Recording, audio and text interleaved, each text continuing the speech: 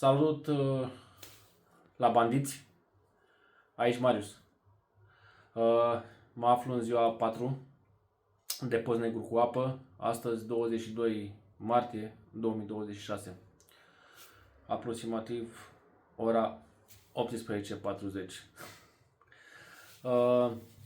Treaba merge bine, am avut vreo 2-3 senzații de foame, nu așa nasoală, dar mi-a fost foame și niște goluri în stomac. Am făcut o clismă cu apă distilată. Până acum am pus 1 litru de apă distilată. Astăzi am încercat cu 2 litri. Nu prea s-au dus toți pe canal, să zic așa.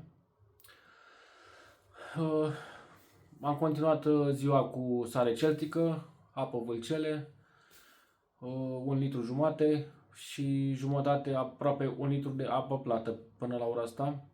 Nu prea mi-e sete, nu știu de ce, beau apă doar când simt nevoia, nu beau forțat.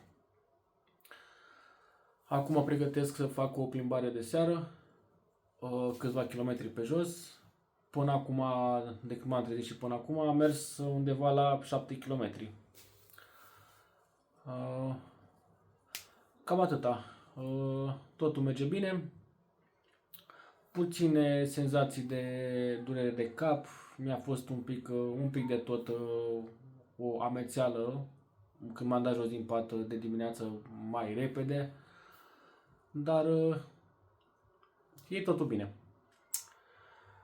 Până data viitoare, pentru următoarea zi de post, vă rog să apăsați un buton de like și să vă abonați la canalul de YouTube pentru a vedea următoarele videouri cu zilele de post negru cu apă.